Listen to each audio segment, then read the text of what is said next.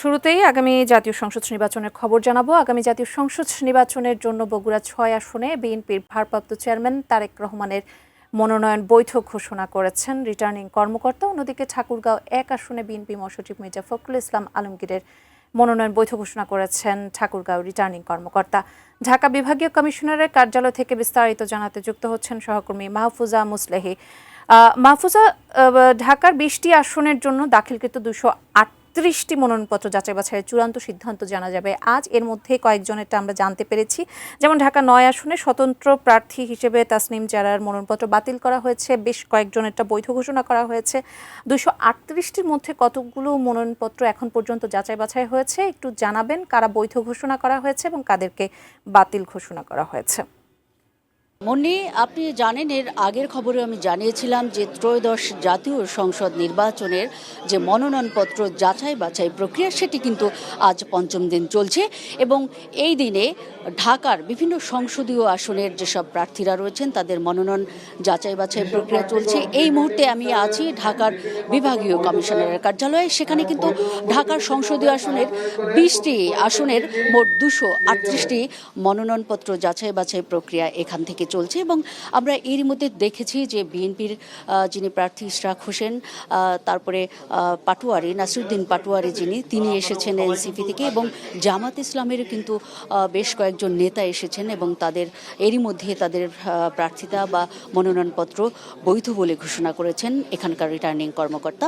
আমরা দেখেছি যে এনসিপি থেকে সদ্য পদত্যাগপ্রাপ্ত যিনি আছেন তাসনিম জারা, তার কিন্তু মনোনয়নপত্র বৈধ বলে গণ্য হয়নি এবং এর ফলে আপাতত বাতিল বলে এটি গণ্য হয়েছে এবং তিনি আমাদের সঙ্গে প্রতিক্রিয়া জানিয়েছেন যে তিনি আপিল করবেন।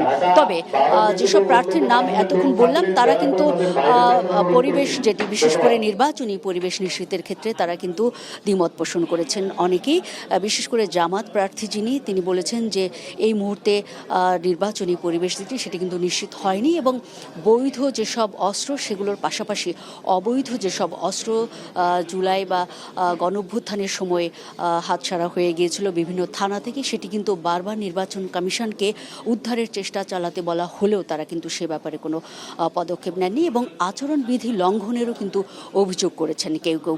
তারা বলছেন, বিশেষ করে নাসিরুদ্দিন পাটোয়ারি যেটি দাবি করেছেন যে এই মুহূর্তে কিন্তু ঢাকায় নির্বাচনী পরিবেশ নিশ্চিত হয়নি এবং ভোটারদের ভোট কেন্দ্রে না যাওয়ার জন্য কিন্তু অনেকেই ভয়ভীতি দেখাচ্ছেন এবং এই মুহূর্তে সেই পেশি শক্তি বন্ধ করতে যদি নির্বাচন কমিশন ব্যর্থ হয় তাহলে নির্বাচন কমিশনকে অবিলম্বে পদত্যাগেরও দাবি জানিয়েছেন নাসিরুদ্দিন পাটোয়ারি। এর বাইরে এই যে প্রতিক্রিয়া আমরা দেখলাম সেটি নিয়ে কিন্তু সাংবাদিকদের প্রশ্ন ছিল বিএনপির বিভিন্ন প্রার্থীর কাছে। তারা কিন্তু বেশ সন্তোষজনক নির্বাচনী পরিবেশ এবং লেভেল প্লেইং ফিল্ড বজায় হচ্ছে বা নির্বাচন কমিশন এক্ষেত্রে তৎপর বলে জানিয়েছেন এবং তারা বারবারই বলছেন যেহেতু অন্যান্য দলগুলোর আসলে মাঠের যে সমর্থন সেই বিষয়টি তাদের কম, সেজন্যই তারা বারবার এমন অভিযোগ এনেছেন। এমনটিও কিন্তু পাল্টা বক্তব্য দিয়েছেন বিএনপির যেসব পদপ্রার্থীরা ছিলেন।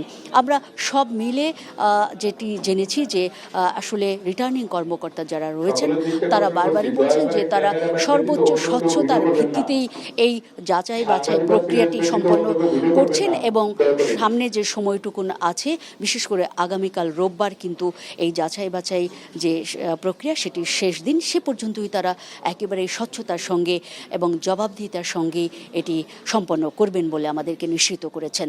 জি মুন্নি, এই ছিল আমার কাছে ঢাকার বিভাগীয় কমিশনারের কার্যালয় থেকে সবশেষ পরিস্থিতির খবর।